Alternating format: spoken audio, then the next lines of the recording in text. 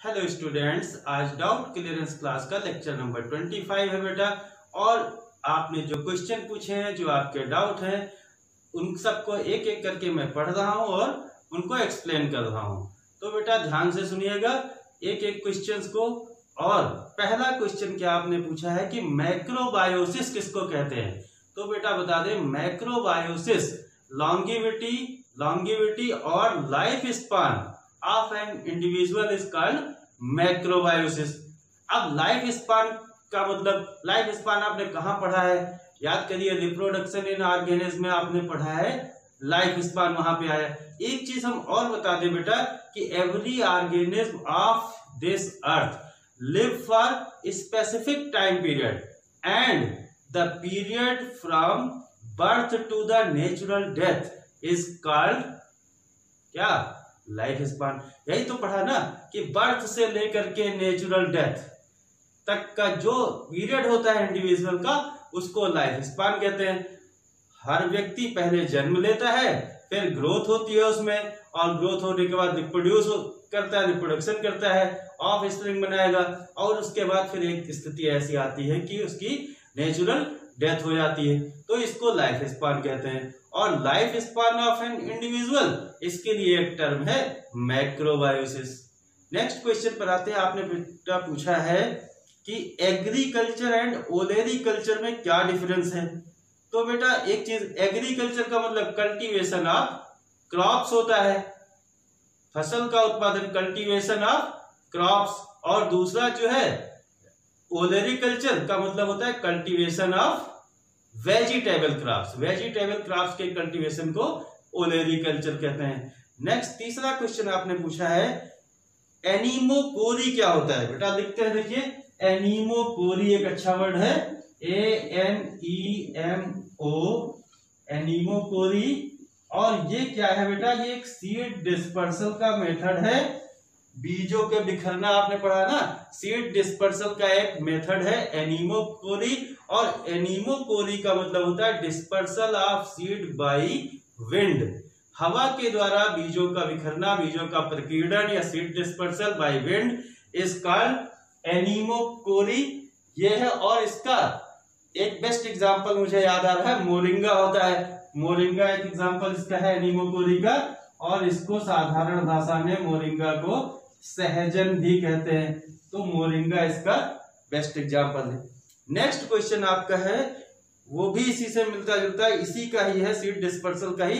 हाइड्रोकोरी क्या है। तो हाइड्रोकोरी बेटा क्या है, सीड डिस्पर्सल बाय वाटर। लिख देते हैं हाइड्रोकोरी।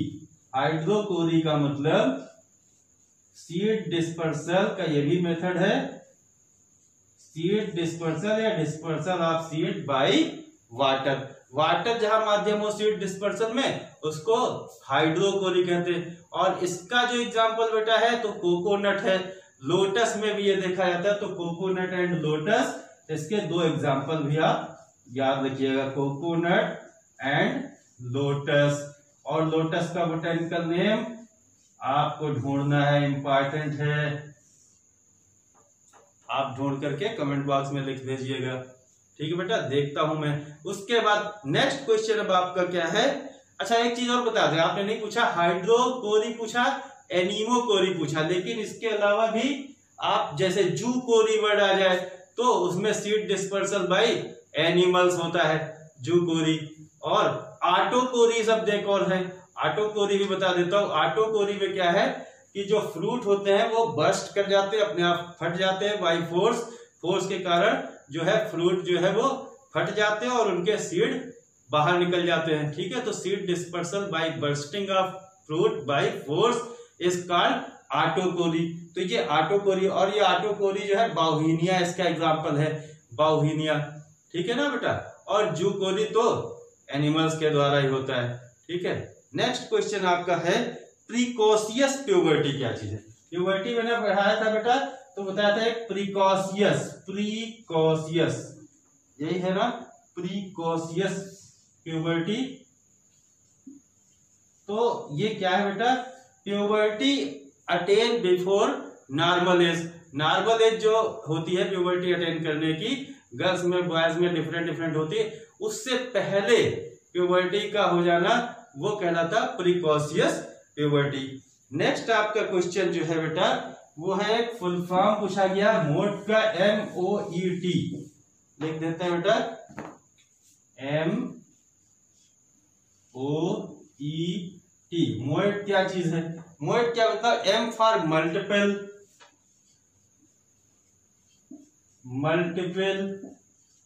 O फॉर ओव्यूलेशन,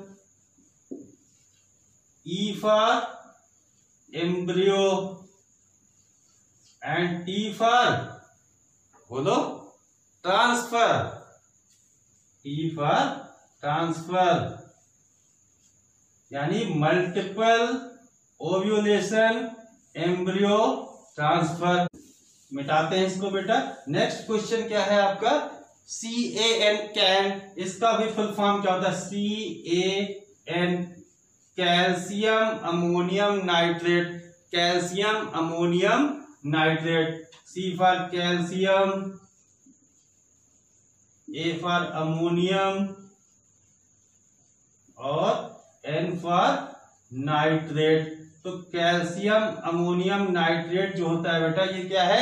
इसको किसान खाद भी कहते हैं।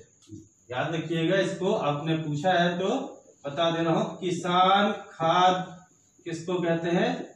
साइड में कैन को, कैल्शियम अमोनियम नाइट्रेट को। नेक्स्ट क्वेश्चन बेटा आपका क्या है? फोसोरियल एनिमल्स किसको कहते हैं?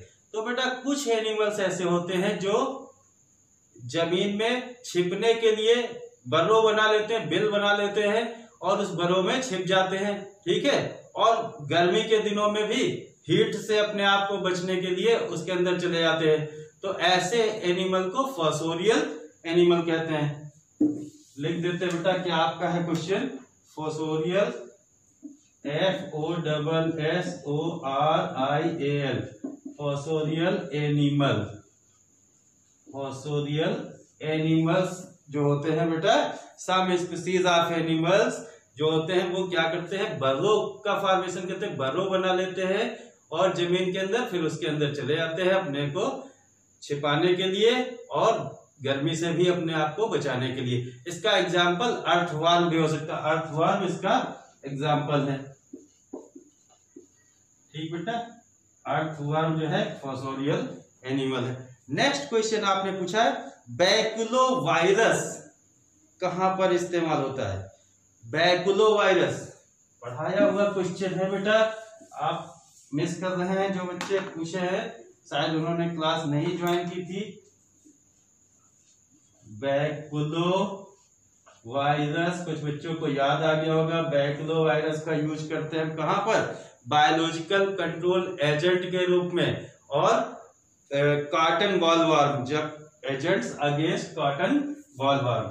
तो इसमें आप लिख लीजिए बैकुलोवायरस के वे used as biological control agents against किसके? कॉटन बॉलवर्म, कॉटन बॉलवर्म के अगेंस्ट जिस वायरस का यूज करते हैं वो बेटा बैकुलोवायरस होता है। नेक्स्ट क्वेश्चन आपका है बेटा ह्यूमिलिन किसको कहते हैं? HUMULIN। तो ह्यूमिलिन क्या चीज है बेटा? DNA sequence of alpha and beta chain जो होती है, डीएनए सीक्वेंस पे alpha and beta chain of insulin क्या होती है? ये produce separately but combined together, एक साथ कंबाइंड हो जाती है बाय डाइसल्फाइड बॉन्ड्स और बना देती है ह्यूमन इंसुलिन जिसको ह्यूमिलिन कहते हैं। और दूसरी चीज बेटा ये एक चीज और बता दे, Eli Lilly Institute of USA, वहां पर ये 1983 में डेवलप किया गया था डायबिटीज कंट्रोल के लिए। एक क्वेश्चन और ध्यान रखिएगा, आपने 14 नवंबर सुना है, क्या मनाते हैं उसमें? चाचा नेहरू का जन्मदिन, बाल दिवस। एक चीज और 14 नवंबर को ध्यान रखिएगा, वर्ल्ड डायबिटीज डे जो होता है वो 14 नवंबर को होता है। नेक्स्ट क्वेश्चन बेटा देखते हैं, आपने पूछा है रूट नॉट डिजीज क्या चीज है बेटा? रूट नॉट डिजीज तो ये क्या होता है बेटा, एक टोबैको में होने वाली डिजीज है जो टोबैको की यील्ड को कम कर देती है, रूट नॉट डिजीज। और ये किससे होती है, मेलाइडोगाइन इनकॉग्निटा, नाम याद कर लीजिएगा, लिख लीजिएगा, मेलाइडोगाइन MELOIDOGYN, मेलाइडोगाइन इनकॉग्निटा से होने वाली डिजीज है जिसको रूट नॉट डिजीज कहते हैं। टोबैको में होती है, टोबैको की यील्ड की जो है टोबैको की पैदावार को ये कम कर देती है। और दूसरी चीज, ये एक निमेटोड है, निमेटोड के कारण होने वाली डिजीज है, याद रखिएगा, निमेटोड। ठीक है ना। अगला क्वेश्चन देखते हैं। और एक चीज, हाँ बेटा, निमेटोड या राउंड वर्म भी कहीं कहीं लिखा आ जाए तो निमेटोड या राउंड वर्म जो है वो पैरासाइट है, इसके कारण होने वाली ये डिजीज है, इसका नाम ये है मेलाइडोगाइन इनकॉग्निटा। नेक्स्ट क्वेश्चन आपने पूछा ट्रांसपोजान क्या है, तो बेटा ट्रांसपोजान क्या है, उनको जंपिंग जीन कहते हैं। जंपिंग जीन पढ़ा है ना, जंपिंग जीन के लिए ही ट्रांसपोजान वर्ड का यूज किया है, बारबरा मैकक्लिंटॉक ने दिया था। ठीक है। और इनको बारबरा मैकक्लिंटॉक को लेडी मेंडल भी कहते हैं, लेडी मेंडल। मेंडल आपने पढ़ा ना, तो लेडी मेंडल कौन का नाम दिया गया है इनको, बारबरा मैकक्लिंटॉक को। और एक चीज, जो इन्होंने अपना एक्सपेरिमेंट किया था वो मेज पर किया था। ठीक है, मक्का में। ये भी आप इसका एग्जांपल जंपिंग जीन मेज में देखे थे इन्होंने। नेक्स्ट और लास्ट क्वेश्चन देखते हैं बेटा, आपका क्या है, प्लास्टोक्रोन क्या है। तो प्लास्टोक्रोन, ये हमने देखिए बोर्ड पर लिख दिया प्लास्टोक्रोन। आपने अच्छा क्वेश्चन पूछा है। प्लास्टोक्रोन का मतलब होता है periods between two successive leaf primordia, या हम यूं समझे कि time between successive leaf initiation is called plastochron. ऐसे भी कह सकते हैं plastochron is the time interval between two successive event during the growth of plants. जब प्लांट की ग्रोथ हो रही होती है, दो सक्सेसिव इवेंट्स, उसके बीच का जो टाइम पीरियड होता है उसको हम प्लास्टोक्रोन कह सकते हैं। ऐसे समझिए कि जैसे मान लीजिए ये प्लांट है और ये इसका रिलेशन सूट एपेक्स से होता है बेटा। सूट एपेक्स पर ग्रोथ हो रही होती है, वहां पर आप देखिए नोट्स पर ये क्या हुआ, प्राइमोर्डिया निकली और इससे मान लीजिए ये एक लीफ निकल रही है। ठीक है ना, तो ये लीफ निकली, उसके बाद क्या हुआ बेटा, इसमें ग्रोथ हुई और फिर इसके बाद एक लीफ और जो है ये निकली। तो अब मान लीजिए ये लीफ 1 है और ये लीफ कौन सी हो गई, लीफ नंबर 2 हो गई। तो पहली लीफ और दूसरे लीफ के बीच में एक जो है वो टाइम, एक इंटरवल, एक गैप मिला, हमें एक टाइम पीरियड मिला इस लीफ के और इस लीफ के बनने में। मतलब ग्रोइंग रीजन पर, ग्रोइंग सूट एपेक्स पर ये जो टाइम गैप है ये कहलाता है प्लास्टोक्रोन। और ये डिपेंड करता है क्लाइमेटिक फैक्टर पर, टेम्परेचर पर। हर प्लांट के लिए अलग अलग होता है।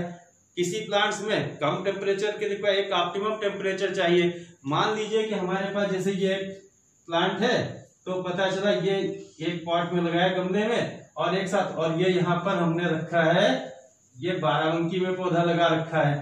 ठीक है, और इसको चाहिए ग्रो करने के लिए। इसमें जब 2 सक्सेसिव इवेंट्स हो रहे हैं ग्रोइंग पीरियड पर, तो इसके लिए टेम्परेचर चाहिए मान लीजिए 30 डिग्री। और यही सेम टाइम पर दूसरी जगह एक प्लांट लगा है, मान लीजिए इसको लगा दिया देहरादून में। ठीक है, कोई शहर में आप मान लीजिए देहरादून में लगा दिया। और ये समझने के लिए बेटा ये नहीं कि 12 में वो देहरादून चले जाए, तो ये क्या है, यहाँ पर मान लीजिए ये एक लीफ है, उसके बाद जो दूसरी लीफ है, तो इसको जो है, इसमें जो है टाइम पीरियड, ये इंटरवल, ये दूसरा होगा टाइम गैप। मान लीजिए यहाँ पे हो सकता है रिक्वायरमेंट 40 डिग्री की जरूरत पड़े। तो कहने का मतलब ये जो इंटरवल है दोनों के बीच में, ये टाइम पीरियड है। प्लास्टोक्रोन जो है वो टाइम इंटरवल है between 2 successive events, 2 successive events. और ये during growth of the plant, जब प्लांट्स की ग्रोथ हो रही होती है तब के लिए है। इसका मतलब कभी कभी ऐसे भी क्वेश्चन आ सकता है कि प्लास्टोक्रोन का रिलेशन किससे है, तो वो सूट एपेक्स से होगा बेटा। ध्यान रखिएगा, सूट एपेक्स के लिए ही इसकी बात की गई है। ठीक है बेटा, तो ये मेरी समझ से समझ में आया आपको।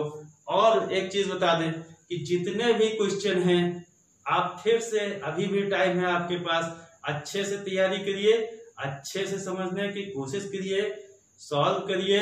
और मैं आपको जल्द ही फिर क्वेश्चन बास्केट देने वाला हूं। क्वेश्चन बास्केट बताया था ना, 3 क्वेश्चन बास्केट आपको मिल चुकी है, 500 क्वेश्चन आपने सॉल्व कर लिए हैं। नेक्स्ट 4th क्वेश्चन बास्केट जल्दी ही प्रोवाइड करूंगा और इस बार उसके अंदर 250 क्वेश्चंस होंगे। और नेक्स्ट लास्ट जो है एक और क्वेश्चन बास्केट होगी जिसमें फिर 250 क्वेश्चन देंगे। इस तरह से कुल मिलाकर के 5 क्वेश्चन बास्केट्स जो आपके पास अवेलेबल हैं क्वेश्चंस का पिटारा, कुल उसमें टोटल 1000 क्वेश्चन आपको मिल जाएंगे। उन सारे के सारे 1000 क्वेश्चन को सॉल्व करिए। यहाँ डाउट क्लियरेंस क्लास चल ही रही है। Best of luck, all the best बेटा।